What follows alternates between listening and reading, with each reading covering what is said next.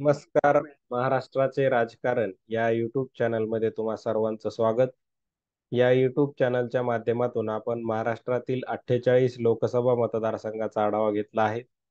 सध्या आपण महाराष्ट्रातील 288 विधानसभा मतदारसंघाचा आढावा घेत आहोत. महाराष्ट्राचे राजकारण या यूट्यूब चॅनलवरती आपण रोज एका नवीन विधानसभा मतदारसंघाचा व्हिडिओ अपलोड करत असतो. तो अपलोड केलेला व्हिडिओ तुम्हाला समजावा, तुमच्या मोबाईलला नोटिफिकेशन यावं, यासाठी या यूट्यूब चॅनलला सबस्क्राईब करा. आज आपण संभाजीनगर जिल्ह्यातील पैठण या विधानसभा मतदारसंघाचा आढावा घेणार आहोत.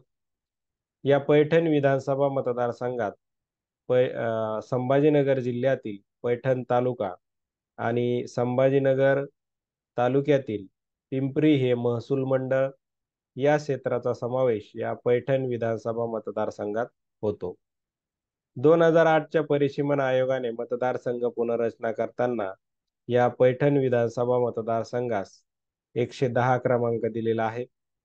हा पैठण विधानसभा मतदारसंघ संभाजीनगर जिल्ह्यात येत असला तरी तो जालना लोकसभा मतदारसंघाअंतर्गत येतो. कारण 2008ला परिसीमन आयोगाने मतदारसंघ पुनर्रचना करताना प्रत्येक लोकसभा मतदारसंघाअंतर्गत 6 विधानसभा मतदारसंघ येतील अशी रचना केलेली आहे.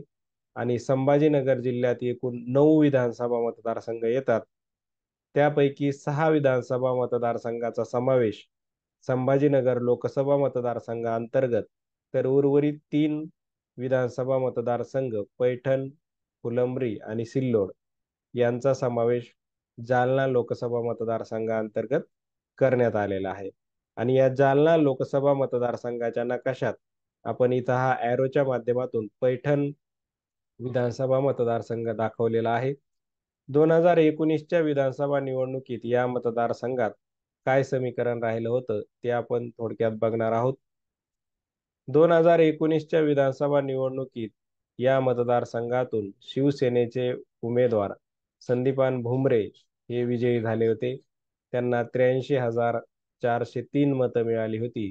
तर त्यांच्या विरोधात असणारे राष्ट्रवादी काँग्रेस पक्षाचे दत्तात्रय गोरडे यांना 69,264 मते मिळाली होती.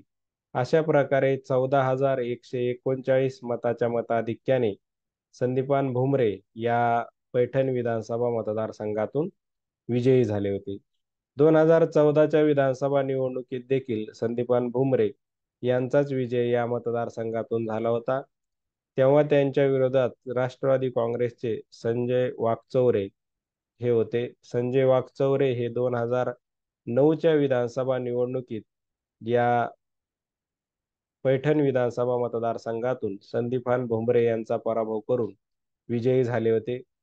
संदीपान भुमरे यांनी या मतदारसंघाचं 5 वेळा प्रतिनिधित्व केलेलं आहे. परंतु आता येणाऱ्या 2024च्या विधानसभा निवडणुकीत शिवसेना विभागली गेली असल्या कारणाने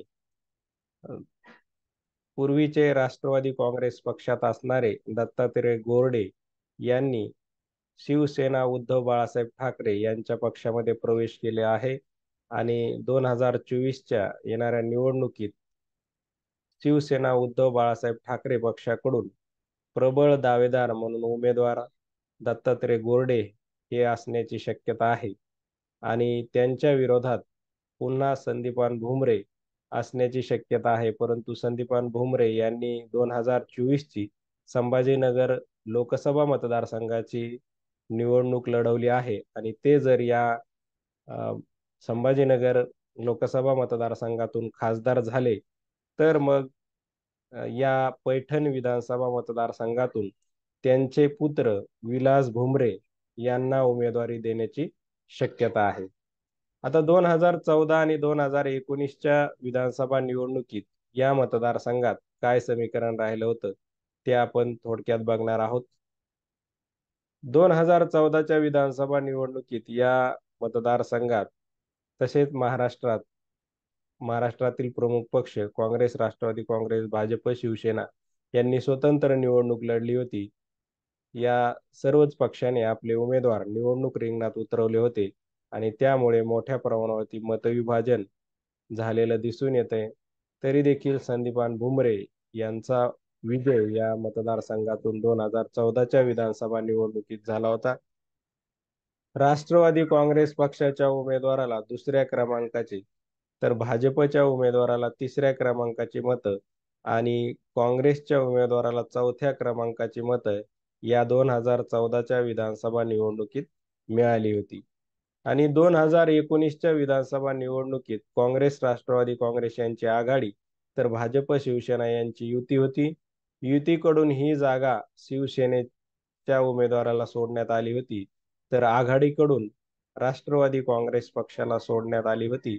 आणि या 2019च्या विधानसभा निवडणुकीत या मतदारसंघातून शिवसेनेचे संदीपान भुमरे यांनी दत्तात्रय गोरडे राष्ट्रवादी काँग्रेसचे यांचा पराभव केला होता. तर वंचित बहुजन आघाडीच्या उमेदवाराला तिसऱ्या क्रमांकाची मते आणि एमआयएम पक्षाच्या उमेदवाराला चौथ्या क्रमांकाची मतं या 2019च्या विधानसभा निवडणुकीत मिळाली होती. आता येणाऱ्या 2024च्या ऑक्टोबरमध्ये होणाऱ्या विधानसभा निवडणुकीत महाराष्ट्रात तसेच या मतदारसंघात महायुती आणि महाआघाडी कायम राहील की 2014 प्रमाणे सर्वच पक्ष स्वतंत्र निवडणूक लढतील, यावरती देखील या मतदारसंघाचं गणित अवलंबून असणार आहे. तर थांबूया आज आपण येथे. धन्यवाद.